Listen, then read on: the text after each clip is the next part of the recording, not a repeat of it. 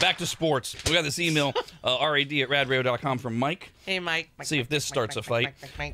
Says, hey, I heard Steve call Josh Allen one of the top 3 quarterbacks in the league.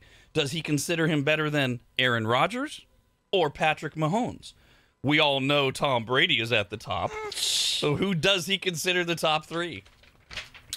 Aaron Rodgers, 2. Patrick Mahomes, 1. And I would put Josh Allen, 3. That is correct. You don't even have Tom Brady? Again. Here we go. No. I'm just curious. No. I forget from year to year. No, And I think don't. you explained last year. Yeah, correct. And Tom Brady is the greatest of all time. But he's not great right now. He's 45 years old. He retired for like 2 days. What does that have to do with anything? And came back because... But what does that have to do with his playing ability and how amazing he is? He's 45. He's 45. And he can still do it. Well, we don't know that yet. Well, we don't, but I mean, he did it last year. Was he 45 last year or 44? He would be 44. And he didn't do it by his standards. He did not go to the Super Bowl. Correct. He did not win the Super He Bowl. didn't get there. He beat these youngins. He didn't get there. Well, also Tom Brady also equips himself with good running backs and wide receivers, and that's why he takes a pay cut. So he has other people that are better at catching the ball, whereas Patrick Mahomes and Aaron Rodgers and Josh Allen, they all have more talent to actually just be the quarterback position. We got a bunch of emails like this one from Robert. Hey, Robert. Says, first off, I would like to say welcome back to the show, Steve. I have missed hearing you. As I sit here with an ice-cold bottle of Tahoe Blue vodka trying to stay cool in this heat, my question is, as a diehard Raider fan, I would just like to know how Steve feels about the Raiders and in particular the Adams-Carr duo. I like the pickup of Devontae Adams from Green Bay.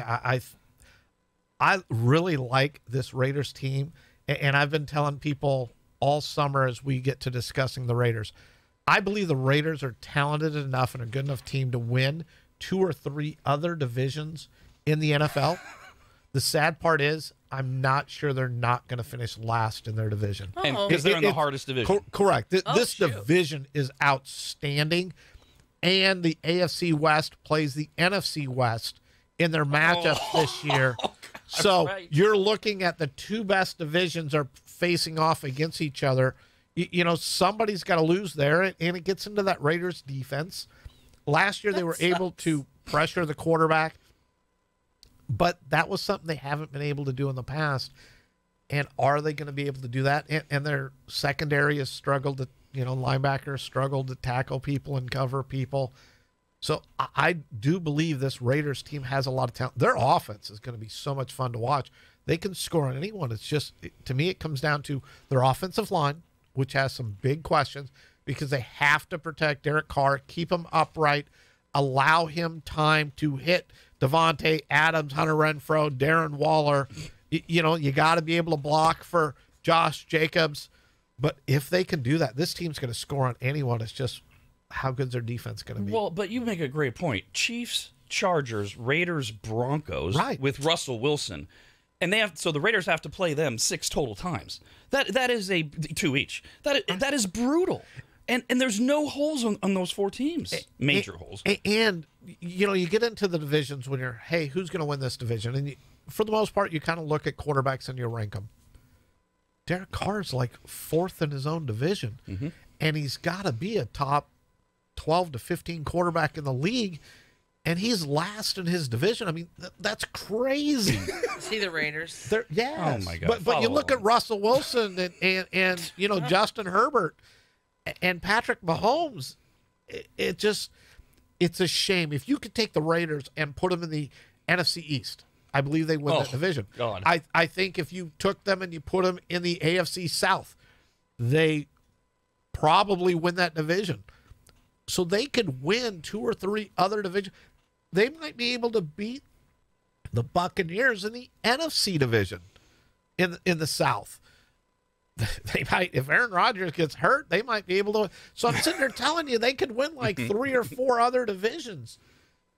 And I'm not convinced they're not going to be last in their own division, which is so sad. And you're also so right to have to play from that division, the NFC West, which is stacked with the Niners, Rams, Cardinals, and who am I forgetting? Seahawks. Right. That's not so stacked got there. One easy game out of 10. So that's 9 games right there. 6 in your division and 3 of the 4 of the NFC West. 9 of your 17 games immediately are all against playoff contending teams. Is that like a consistent, what would you call it? What are they in? They're in their own conference? Their own division. Is that like a consistent division that they're in where those teams are consistently great? No. Right, just right now. Well, just right now, because Denver, without a quarterback, Ugh. has, that's the piece they've been missing. So they went out this last year and traded for Russell Wilson. So now they have a top quarterback.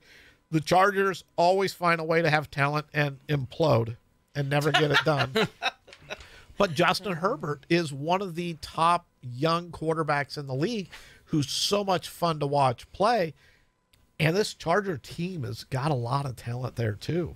That just sucks that they're finally at a place where they could do something great and the whole division's good. It would have been like better if they're ready and the division sucks. Correct. All right, we're going to get to our Pigskin Picks. We'll talk more football, but we got to preview the 4 big games this weekend. And again, members can make their picks as well. Not this week, because the deadline is Thursday morning every week at members.radradio.com. We got over 200 of them already competing against all of us. We all have our picks in. This is just winners or losers and no point spreads. So we'll go over the 4 big games, starting with Steve. The aforementioned San Francisco 49ers at the Chicago Bears. Right now, the 49ers are a 7-point favorite. Trey Lance takes over at quarterback. This team is talented. They are deep. I think it surprised everyone to see the 49ers bring back Jimmy Garoppolo, although it did not appear that anyone was willing to give up the asking price for the 49ers to get Garoppolo in return. Lance needs to get out with a great start, or the chance are going to be there for bring in Jimmy G. I was asking Rob during the break, the 49ers are 4-3, game 8 going at the Rams. Do you start, Trey Lance, or are you moving? And that's the problem this year, is they are so good, but they need to get off to a great start. They cannot afford to struggle against the Bears here. So look for a strong rushing attack. Lance look for some nice, easy throws, get his confidence. On the Bears side, Justin Fields is back at quarterback in his second season, leading the Bears. The big question on is he any good? We haven't seen a whole lot. The Bears aren't much. Chicago has an underrated running back in David Montgomery. This guy can do it all. It's just unfortunately plays on this team. The Bears have always been known for their defense, but I think their defense has a lot of questions to answer, as I don't think they appear to be as dominant as they have in years past. I like the 49ers to win here, and I like the 49ers to win big. Yeah, well, they should. As you said, agree. They should. Not only should they can't just win. If they, like, for example, if they against the Bears, back to our mutual concerns over how the season goes for the Niners, if they win 21-17 already, right away, people will be like, what the hell? Is Trey Lance the right guy? They've got to blow out the Bears. Well, I agree, which is funny, though, because as you were saying that, I'm going 21-17 was the score that I was thinking in my mind, and you pulled the exact score. They have to blow them out. They got to win by like 20, 30 points here. Give them that confidence. They got the Seahawks next week. Get off to an impressive 2-0 start to get some confidence. Okay, but how about this scenario? Let's say the Niners are up by 20 at halftime. Do you put Garoppolo in so that Trey Lance doesn't get hurt? But then that starts the chatter about why you're getting Garoppolo reps. I think you got to just keep playing him. And I don't think you can even go into the slowdown. Just, hey, look, we're going to go conservative here, because I think he needs the experience. He needs to play. He needs to throw the ball. He needs to get that on-field experience, which you can't get in practice. And that would be the best. That would be the best scenario, is he gets the experience where he can't hurt himself. Fine, you're up by 3 touchdowns, throw an interception. Or take it a different route. Let him go separate his shoulder in the second half of the game. They're up 20. He's out for the year. Jeez. They put in Jimmy G, and then let him go take him to the Super Bowl. Right, and we talked about this during the commercial break, and then Jimmy G wins the Super Bowl. How do you get rid of Jimmy G after he gives you a championship? You can't. You can't. It's a terrible Well, it doesn't scenario. sound like they want to. Our Pigskin Picks posted at RADRadio.com. Everybody on the panel has the 49ers. We were just talking about the AFC West plays the NFC West, and 2 of the stacked teams, Kansas City Chiefs, are at the Arizona Cardinals this weekend. Yeah, the Chiefs are a 6-point favorite in this game. The Chiefs just reload. Wide receiver Tyreek Hill off to Miami. but they bring in Juju Smith-Schuster with Patrick Mahomes at quarterback. This team's going to score. It's one of the top teams in the NFL. As always, the big question everyone wants to know is their defense going to be good enough to stop anyone? The Cardinals quarterback Kyler Murray has played great in September and October for his career. It just seems that he gets worn down as the season goes on. It's going to be interesting to see how everything plays out, as the offseason wasn't pretty for Murray and the Cardinals. There was a lot of ugly stuff, if you remember, that came out on this. There was people saying that Murray in the last game quit on the team. He got asked to go in the last game with like a minute 40 left in the game, and he refused to go back into the game. Oh. The Cardinals signed him to the contract extension, and immediately after, they disclosed that there's a clause in his contract that says he must study game film during the week, or he's not, it could void his contract.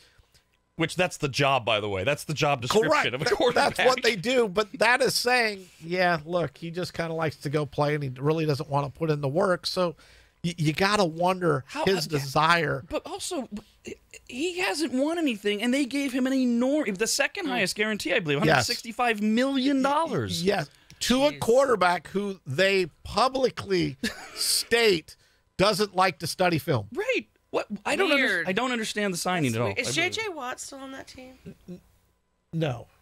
No, he's on the Cardinals. He's still on there? Okay, yeah. I wasn't sure because he's always injured.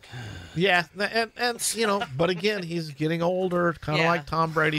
But the other part is, wide receiver DeAndre Hopkins is suspended for the first 6 weeks. They did go out and they traded and brought in A.J. Green to fill that void. So Hopkins, though, won't be with the team the first 6 weeks of the season.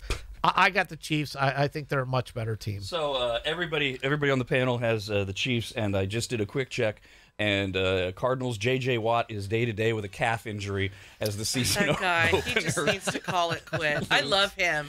But he does, other charitable stuff. He just needs to focus on that. He's I follow him on Insta, and he's, constantly rehabilitating from something, it seems like. And he is a Hall of Famer. He has had a wonderful career. He was, one of the most dominant defensive players we've seen in my lifetime. I mean, his wife's pregnant. Just go be a daddy. Yeah, it's just the body breaks down. It's unfortunate. All right, Steve. How about those Las Vegas Raiders at the Los Angeles Chargers? Right now, the Chargers are a 3.5-point favorite. The Raiders defeated the Chargers in Week 18 in overtime to make the playoffs, which was amazing considering all the issues the Raiders faced last season.